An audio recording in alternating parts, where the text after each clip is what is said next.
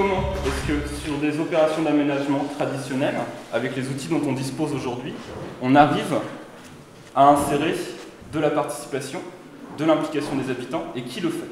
Et de voir finalement qui sont les structures qui aujourd'hui pensent à l'accompagnement, quels sont les services entre guillemets qu'elles développent par rapport à ça, et comment est-ce qu'elles insèrent leurs services en vue d'intégrer un groupe d'habitants sur les projets qu'elles accompagnent. Ils nous ont présenté 3 projets qui ont été accompagnés effectivement à la demande de communes qui souhaitaient qu'il y ait de la participation dans ces projets. Donc des assos, ces 3 assos ont répondu présents sur l'accompagnement des groupes et qui n'existaient pas au départ. Donc il a fallu constituer. Ah, c'est pas tout à fait parfait parce que nous on a eu des points de vue au niveau de la France, de la Belgique et de la Hollande. C'est complètement autre chose.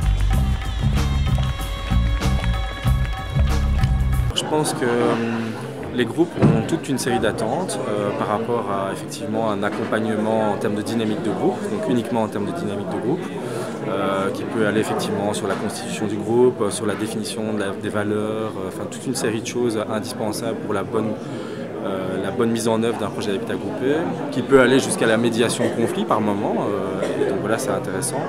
Et donc voilà, nous, notre implication, Habitat et Participation, de manière générale, que ce soit en Belgique et dans cet atelier plus particulièrement, c'est effectivement de donner une série de pistes, d'outils méthodologiques pour effectivement accompagner cette dynamique de groupe.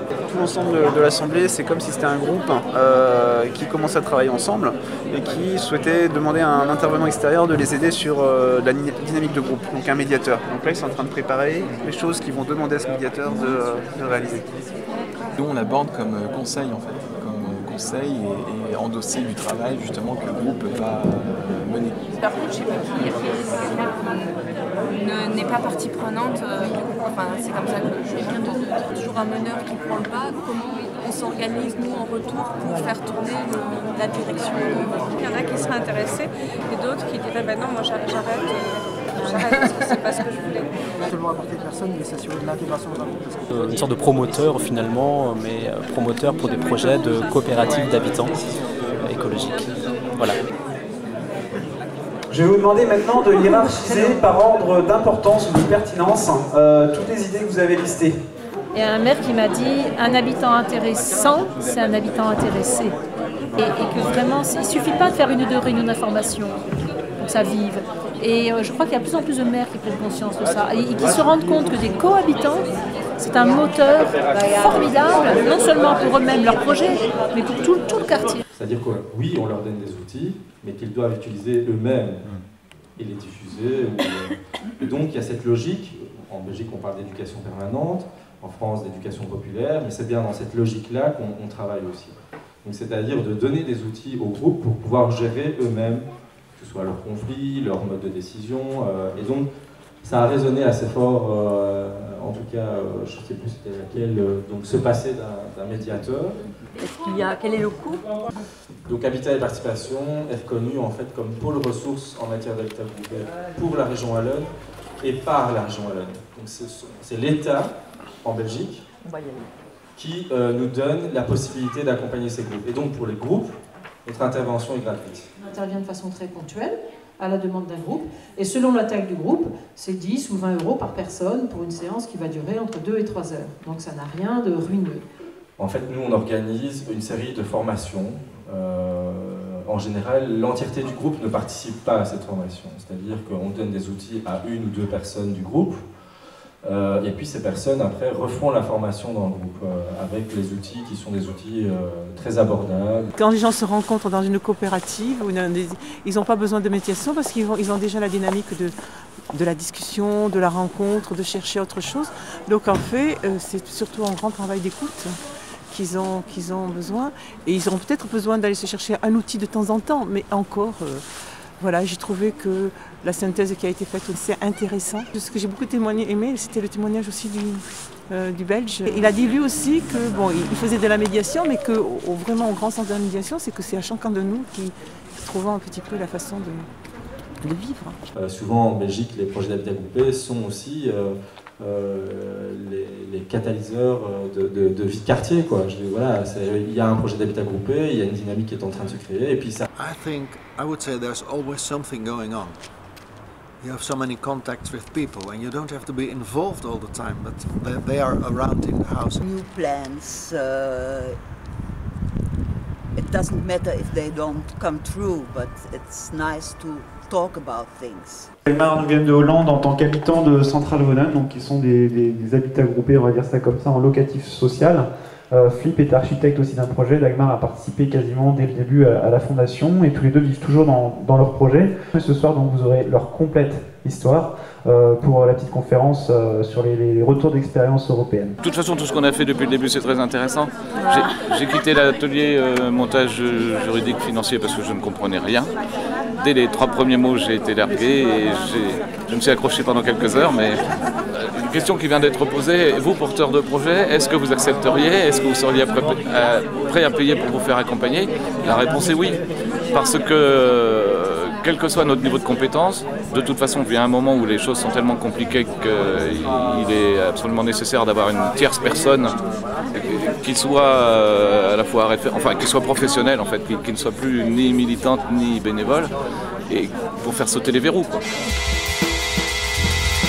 Alors les enjeux des rencontres, que les projets des groupes, les structures qui les appuient, se croisent, mutualisent leurs expériences et leurs savoirs, et rencontrent un maximum d'acteurs institutionnels ou de professionnels, type architectes, urbanistes, etc.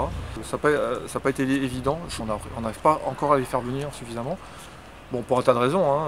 D'abord ils ont leurs propres prérogatives et puis ils vont aussi là où ils sont le plus interpellés. Ils seraient venus voir 150 personnes ou 200 personnes discuter en plénière ou en atelier, bon, ils s'en seraient rendus compte. Ceux qui sont venus s'en sont rendus compte, ils me l'ont dit. Le deuxième niveau, c'était des rencontres pragmatiques. Aujourd'hui, c'est quoi qui marche, c'est quoi qui coince, quelles sont les conditions de réussite des projets et quels sont les chantiers encore à mener. Les pistes pour la suite. Il y a des outils à mutualiser, il y a du réseau à construire, il y a des actions à mener collectivement et maintenir les dynamiques de rencontre parce que c'est important que les gens se voient. Mais l'échelle nationale est un peu complexe, donc il y a aussi des choses à organiser localement et régionalement. Il faut pouvoir trouver l'équilibre entre les différentes échelles. Après les gens ils disent que c'est vachement bien, que la qualité des échanges, que l'ambiance, tout ça, ils sont bien dedans. Donc pour le moment moi j'ai que des bons retours. Et c'est la destruction créatrice et toutes les crises sont porteuses de pistes d'innovation extraordinaires. On a franchi une étape par rapport aux autres années, c'est que là on n'est plus dans le concept, on n'est plus dans le théorique. Là on est vraiment dans des débats concrets sur les problèmes qu'on rencontre. Et que les projets rencontrent ou que les structures d'appui rencontrent. Donc je pense que c'est intéressant de ce point de vue-là. Merci, c'était vraiment intéressant. Je suis malheureusement obligée de partir. Dagmar would start. Notre carré, c'est génial. T'es partout chez toi. Là, on fait la plénière de compte rendu des 3 jours. Et voilà, ensuite on va manger et puis ensuite on va visiter la cité radieuse. Voilà, les 3 jours s'achèvent. Petite synthèse d'atelier.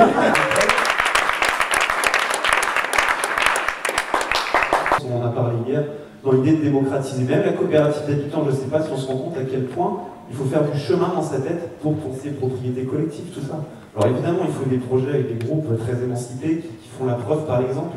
Depuis 2 ans, on a animé un programme sur l'habitat rural avec de nombreux acteurs, principalement en Massif central. Et une des pistes de travail qui s'est dégagée, c'était que les accompagnateurs avaient envie de travailler ensemble et d'échanger sur leurs pratiques. Le GRT est intéressé pour participer à ce travail-là, puisque nous, de notre côté, on avait déjà commencé à bosser là-dessus sur l'atelier éco-formation au métier de l'éco-habitat groupé. Il nous reste la structuration des dynamiques régionales et locales. Il y a un moment, le mouvement se met en place, parce que c'est quelque chose qui est dans l'air du temps. Les collectivités essaient de se mobiliser là-dessus, les différentes entités organisent des événements là-dessus. On se rend compte que si les habitants ne sont pas là, finalement la parole des habitants n'est pas là et ça ne dérange pas forcément grand monde. Et donc c'est quand même important aussi de se mettre en visibilité, que les groupes coopèrent entre eux, mais aussi qu'il y ait une démarche de mise en visibilité vis-à-vis de ces différents partenaires pour exister aussi à leurs yeux et pouvoir aussi donner le là. C'est pour remercier Eco-Habitants, Eco-Soli et Abicop pour l'organisation de ces rencontres parce que je sais que c'est compliqué, c'est dense, voilà. Donc, merci à tous. dernière chose, je suis content de sentir en fait à BICOP qui est plus sur des démarches participatives que j'avais pas senti jusqu'à maintenant. Je tiens à dire, voilà, c'est à titre personnel. Et je trouve que c'est très positif et je vais vous féliciter là-dessus. Les Castors, en 1948, à Pessac, sont nés, s'appelait le COL, le Comité d'ouvriers du logement. Je veux dire, a été formé par 150 familles où il y avait des cadres, des professions libérales, des professions supérieures. Et on a accepté que le mouvement s'appelle Comité ouvrier. Donc c'est vrai que le mouvement ouvrier a sa place dans l'habitat groupé et que le mouvement ouvrier, à cette époque-là, a porté plein de choses, je veux dire, sur l'habitat groupé et sur plein de lois qui sont sur la mutualisation et le mutuel. Voilà.